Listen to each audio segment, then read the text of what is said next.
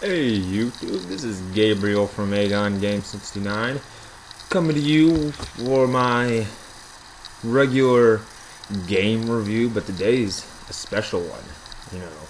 But before, I gotta show, look, you might see that I'm a bit more spruced up than usual. For a special occasion, we'll go with that. Usually it's just Fresh Fridays, that's why I dress up, because it's Friday today, and so I dress up, because that's what I do, among other friends that do this as well.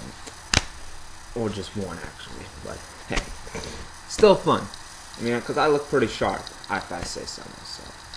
Though I do not have the tie, the button all the way up. I'm kind of going more like casual fresh.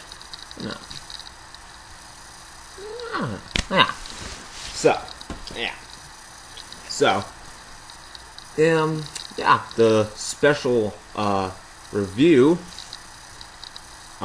is gonna be this. Bam. Oh yeah.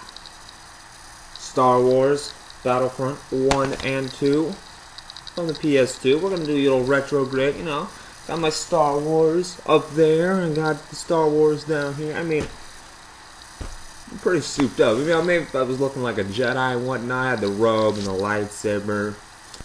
But hey, we'll still do okay. Oh, honey's texting me, but we're gonna stay committed to this. Let's see. These games are awesome, and I don't even know. It's just crazy. I don't even know where to begin. It's basically the any Star Wars fan, legitimate fan, could not say that they would not like this at all. Really, it's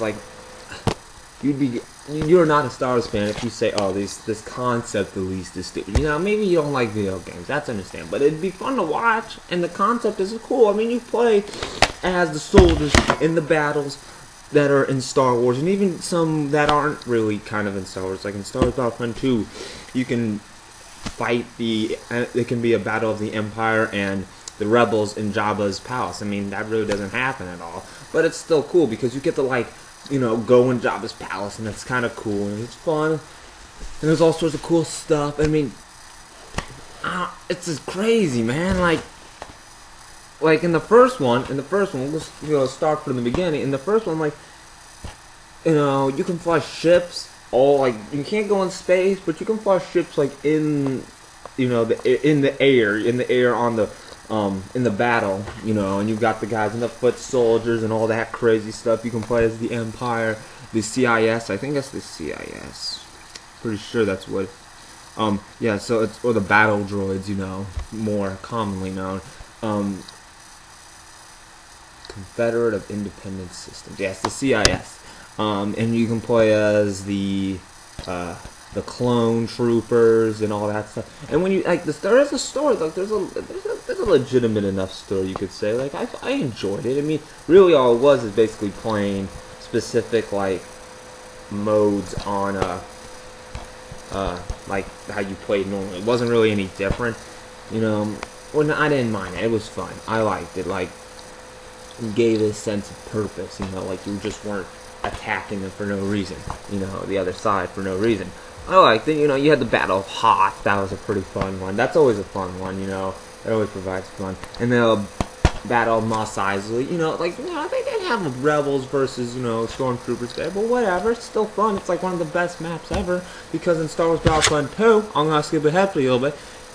It's a mode where you can play as the heroes and the villains of Star Wars, and you can play as Darth Maul and Yoda on the Mos Eisley map, and it's just crazy. At least for the PS2. Xbox got a little bit more goodies and what have you, but I didn't delve into those aspects.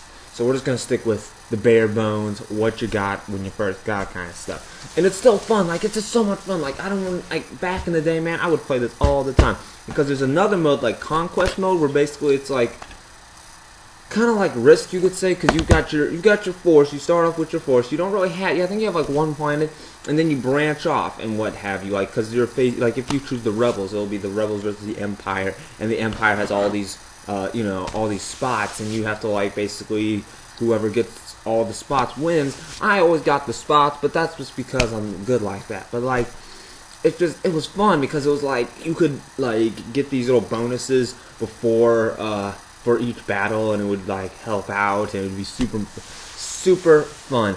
And like like, they built on it in Star Wars Battlefront 2 than from Battlefront 1. So, you know, there was improvement and what have you. And in Battlefront 2, you can fly in space, and there's space battles.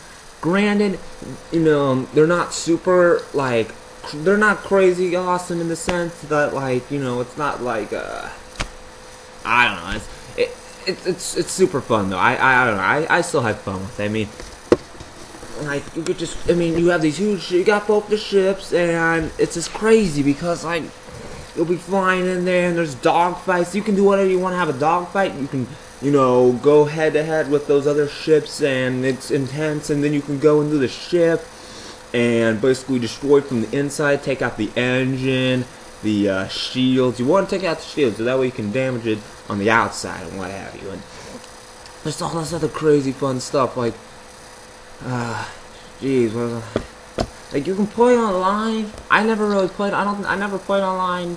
You know, I heard it was fun and whatnot, but I mean, people still doing it. There's still guys playing Battlefront online. I mean, it's still kicking. I mean, like, it's just, I mean, it's a shame though that it seems like they're taking so long to make a third one for this next generation. But I think, you know, I've been looking up and what have you, that there might be a third. There's chances that there could be a third one.